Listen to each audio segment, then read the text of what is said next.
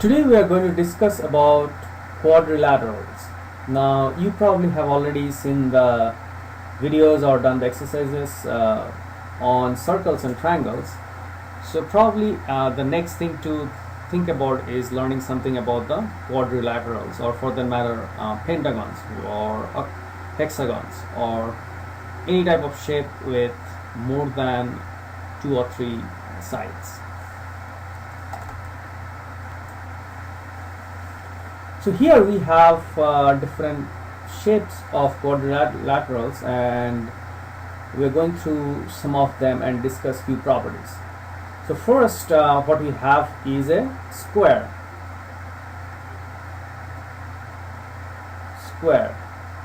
Now most of you already know it. Square has 4 sides, and even though the figure is not drawn to scale, but each of these sides are of same length. So what that leads to is each of these angles is 45 degree. So this is called a diagonal from here to line to the other side. So this is a diagonal. Now this is, each of these angles are 45 degree, and then these two sides, they cut each other and make 90 degree angles. So each of these angles are 90 degrees. So what you have learned so far, these are 45, this is 90. Now these lengths, all 4 lengths are same, so as the lengths of diagonals.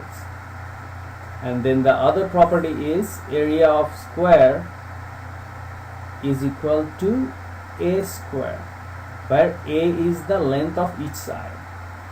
Now you can express this in terms of diagonal, because you know, from if you apply Pythagorean theorem in this triangle.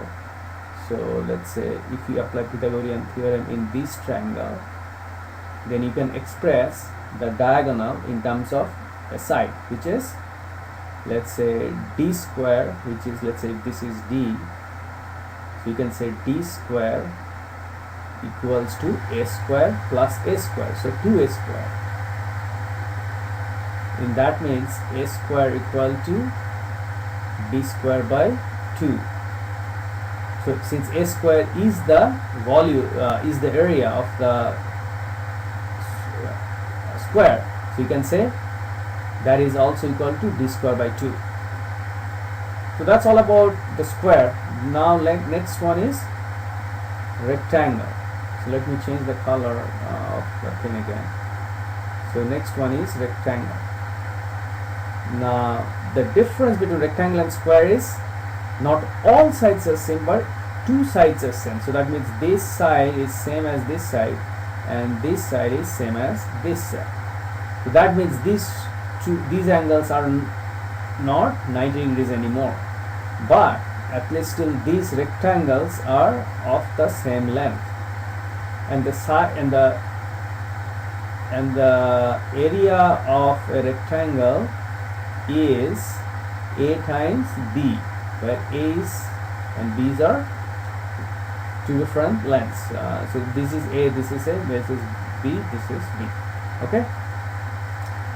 So now we are getting into some little bit more interesting shapes. So here we have something called a parallelogram. So let me, I'm not sure my spelling is correct, but so the property of a parallelogram is that these 2 sides are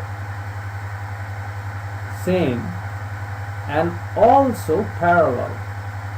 So you can think rectangle is kind of a special type of parallelogram, where the sides make 90 degree angle to each other. In this particular case, parallelogram, sides may or may not make a 90 degree.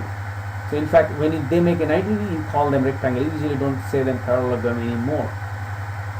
So this is a typical shape of a parallelogram, where we have one angle less than 90 degree and another angle more than 90 degree. So let me write something. So let's choose a different color. So let's say this is A, B, C, D. So what we write is AB or AD is parallel to BC. So these 2 sides. In the same way, AB parallel to DC. Now the area of the parallelogram is, if this is B base and this is height times height. Now some of you may prefer to memorize the formula, but I always advise students, if you can derive the formula, you try to remember how you derive, then formula gets easier. So for example, if you think the parallelogram can be expressed as two triangles. So one is this triangle, which is a different color, and another is this triangle. So if you see, since these two lines are parallel, so that means height of this triangle is same as height of this triangle. So each of these height, each of the triangle has same heights. So when I say triangle, I mean triangle DBC. Another triangle is ABD.